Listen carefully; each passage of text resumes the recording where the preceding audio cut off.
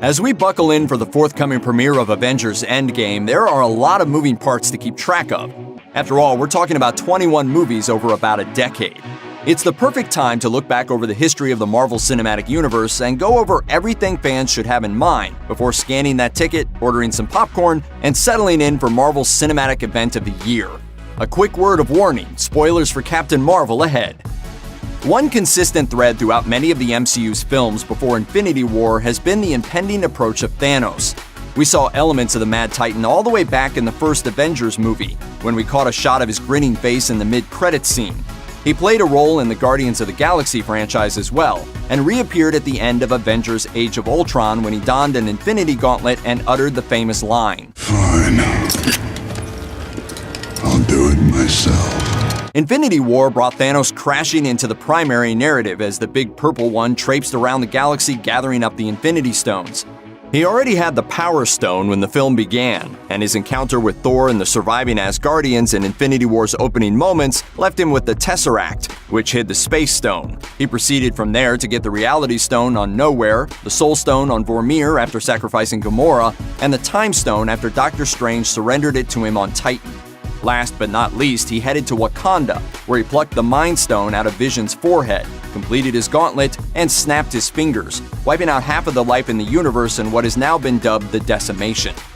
Over time, the Avengers lineup has come to include characters like War Machine, Scarlet Witch, Vision, Falcon, and Spider-Man, but it all started with the Big Six. As the Avengers played out, a nucleus of heroes slowly came together, including Hulk, Iron Man, Hawkeye, Thor, Black Widow, and Captain America. 2016's Civil War saw the group split, with Cap, Hawkeye, and Black Widow heading off into exile in the aftermath. While almost everyone was involved in Infinity War, the heroes weren't fully unified throughout the film. But as savvy fans quickly realized, as the dust from the Decimation settled, not one of the original Avengers had been dusted. Half of the universe's population may be gone, but it sure is convenient that all 6 of the original Avengers survived the dusting, isn't it? It seems natural that Endgame would pick up the storyline where Infinity War left off, just after Thanos' decimation swept half of the life in the universe into the dust bin. That actually might not be the case, however. For quite a while now, the timing of Endgame within the MCU's greater timeline has been mysteriously impossible to pin down. Some rumors suggest it'll start with as much as a 5-year jump into the future. So which is it? Well, as each new trailer has hit, it seems the answer might be both. The key to it all? The hair. In the first Endgame teaser, Natasha Romanoff is seen with the blonde short hair that she sported throughout Infinity War. In a more recent Endgame trailer, though, she's shown repeatedly with red hair past her shoulders with wisps of blonde on the end, indicating that she's been growing it out for some time. However it all pieces together, it's pretty certain that we're in for some kind of time jump, or jumps, either before or throughout the film. If you haven't seen Ant-Man and the Wasp yet, you really ought to before you see Endgame, if not just for the fun of it all, then for the quantum realm. While we caught a glimpse of it in the first Ant-Man, the sequel dove headlong into exploring the otherworldly dimension as the team tried their hardest to get Janet Van Dyne out after decades trapped there. Hank and Hope created a quantum device that, by the end of the movie, facilitated quantum realm travel quite easily. This led to the now super important lines from original Wasp Janet Van Dyne. And don't get sucked into a time vortex. We won't be able to save you. That, of course, is a huge hint that there will be some time-traveling shenanigans in Endgame. We don't know how Scott Lang makes his way out of the quantum realm, but it certainly appears that the super powerful microverse is going to feature fairly heavily in Endgame. In fact, Hank Pym actor Michael Douglas even went so far as to say it's the key to Phase 4. Endgame promises to be a heck of a long movie, and the kind of watching experience that's better off not interrupted by sudden attempts to remember why a character is or isn't in a certain location. So let's recap where some of our beloved heroes, at least those who weren't snapped, were when Infinity War wrapped up. Tony Stark and Nebula are the only survivors of the snap still stranded on Titan. However, the first Endgame trailer reminded us that the pair have access to the Guardians of the Galaxy ship, the Benatar. While their trip home may be fraught with peril, another trailer seems to indicate that a reunion is in order for Stark, Nebula, and the gang on Earth. Meanwhile, Cap, Black Widow, Banner, Thor, Okoye, Rocket, and Rhodey were all present at the fight in Wakanda as the dust of their allies settled around them. Once again, the trailers seem to hint that at least some of them will have headed back to the Avengers HQ in the interim. Scott Lang was literally trapped in the quantum realm by the snap, with the trailer showing that he will somehow make his way out alive. Finally, Carol Danvers was away when the snap occurred, but her own film's mid-credits scene shows that she'll respond to Nick Fury's pager by showing up on Earth again. One sleeper character in all of this is Tony's fiancée and Stark Industries CEO Pepper Potts. While she did play a brief role in Infinity War, Potts' presence was chiefly marked by her repeated insistence that Stark should hang up his suit for good, followed by a brief, alarming phone call as Tony sped away into space on the Flying Donut. But while Pep may have dropped off the radar at that point, it hardly means she's sitting out of Endgame. Potts has played a quietly pivotal role in Tony Stark's life, providing stability, direction, and wisdom, and giving him a reason to fight. There's a good chance she'll actually play a bigger role than anyone might anticipate. Gwyneth Paltrow has announced that Endgame will be her last MCU performance, at least for the time being, which makes this film an ideal spot to drop Potts into the thick of things, maybe even in the form of her own comic book superhero persona, Rescue. The sight of Potts saving Stark for a second time after she armored up in Iron Man 3 would be about as sweet as it gets. Of course, if we're going to cover Stark and Potts, it's important to go into Endgame with one other character on our minds, Steve Rogers.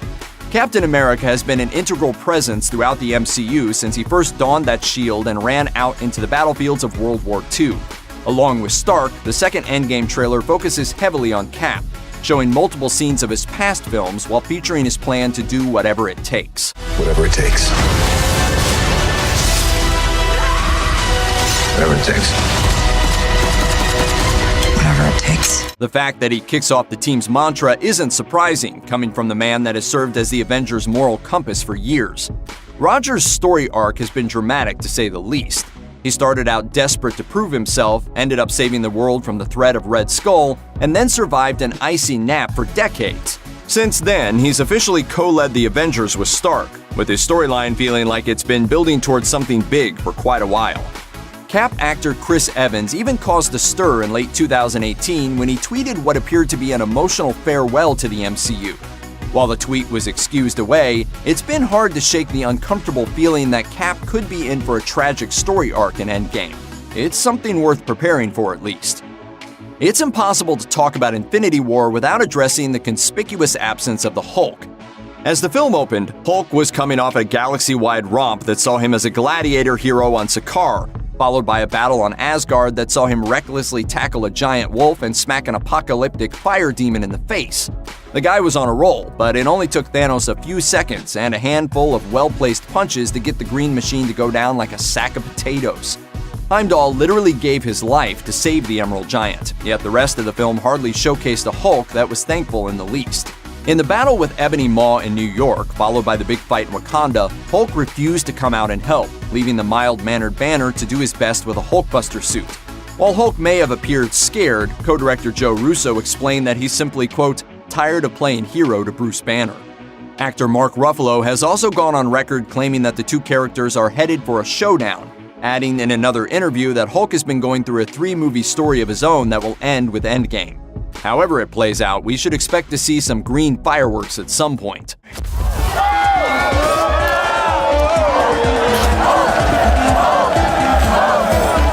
Thor has been an MCU staple for a long time, and the character has definitely been put through the ringer. While he started out as a jolly exile, smashing coffee cups and asking to ride around on pets, Thor has slowly been shaped into a real leader through tragedy and grief. He's lost his entire family, as well as his home and most of his people. And to top it all off, he also lost his mighty hammer when his sister crushed it to bits. You have no idea what's possible.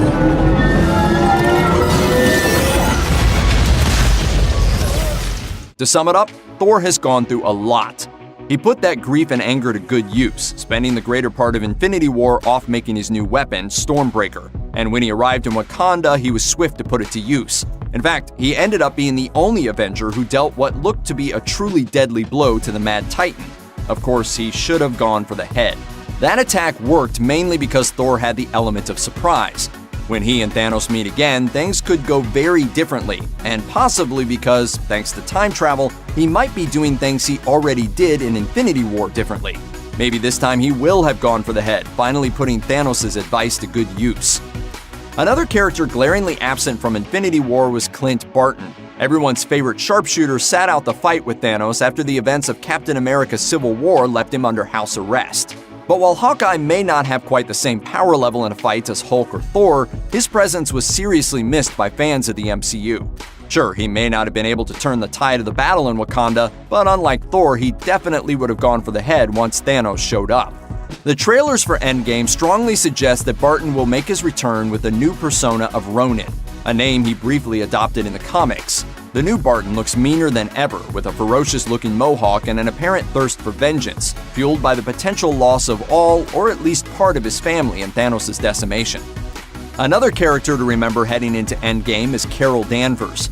The spacefaring superhero electrified audiences when she made her debut in March 2019. Up until then, Captain Marvel had only been hinted at during the end credits scene from Infinity War, with her red, blue, and gold insignia showing up in Nick Fury's special pager. The tease sparked much fan speculation over how her eventual arrival might turn the tables on Thanos in the aftermath of the snap. As Captain Marvel's solo movie demonstrates, this warfighter is incredibly powerful, capable of taking on an entire fleet of spaceships and warheads single-handedly. The end credits scene of her film reveals that Captain Marvel will indeed find her way back to Earth to answer Fury's call. So now the major question going into Endgame is how she'll help bring down Thanos and reverse the effects of the decimation. She probably won't be able to pull it off alone, but as the strongest hero in the MCU, she'll probably be a pretty big help.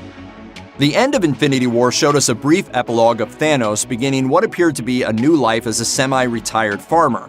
The Mad Titan is seen in a small hut, watching the sun rise on what he perhaps imagines to be a grateful universe. Of course, we all know Endgame will show that the universe really isn't that grateful for his actions after all. But just because they want vengeance doesn't mean our intrepid heroes will be able to just pop over and pay the Mad Titan a visit, right? Where is Thanos at the end of Infinity War anyway? It seems that the Titan has chosen a location that the Russo brothers have dubbed Titan 2. The trailers have shown more of his retirement, with scenes of Thanos walking his fields and a shot of his armor hung up like a scarecrow. In addition, a purported leak for the movie has hinted that Nebula might have knowledge of a place that her father was preparing to retire to after his work was done. Wherever the so-called Titan 2 is, we can assume that Thanos won't be spending time there in peaceful solitude for very long. One special element of Infinity War was the crossover of the Guardians of the Galaxy with the rest of the MCU. The scene where Iron Man, Spider-Man, and Doctor Strange bump into Star-Lord and the gang on Titan was well worth the wait. Feeling more so than usual like seeing a crossover comic book story come to life. I'm gonna ask you this one time. Where is Gamora? I'll do you one better. Who's Gamora? I'll do you one better. Why is Gamora? The Guardians ended up playing fairly pivotal roles throughout the film, too. Rocket helped Thor build his new weapon, while Groot literally lent a hand in order to give the axe a handle. Gamora tried her best to stop her adopted father, but ultimately ended up leading him right to the Soul Stone and losing her life. On Titan, Mantis played a critical role in the battle by putting Thanos to sleep at a crucial moment. Who would have thought she'd be that useful in a fight? But if you're going to highlight the heroics, then you've got to balance it out with one of the most boneheaded moves of the whole film, Star-Lord's doomed assault on Thanos just when his teammates were about to get the gauntlet off his hand.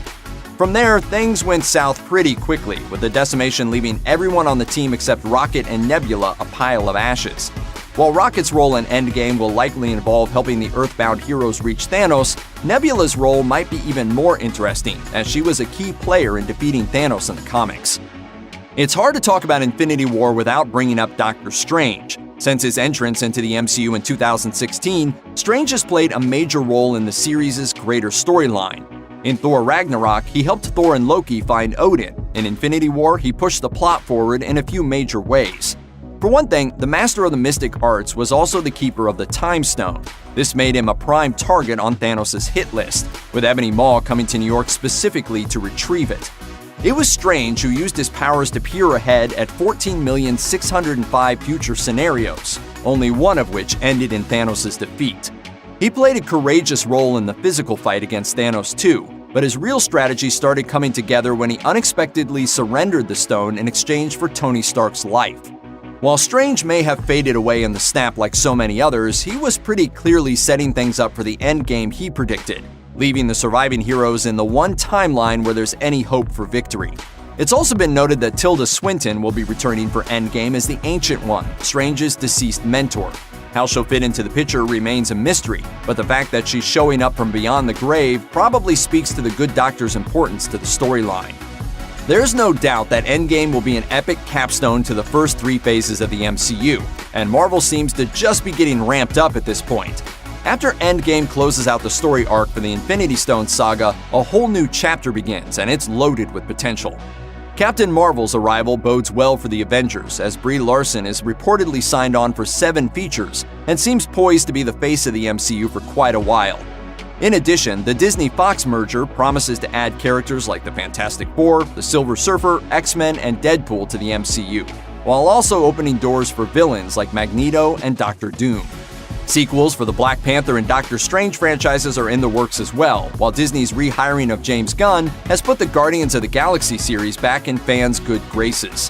So while Endgame is likely to be the last go-around for a few beloved characters and storylines, there's plenty more being built for the next chapters in a universe that's getting bigger all the time. Check out one of our newest videos right here. Plus, even more Looper videos about your favorite stuff are coming soon. Subscribe to our YouTube channel and hit the bell so you don't miss a single one.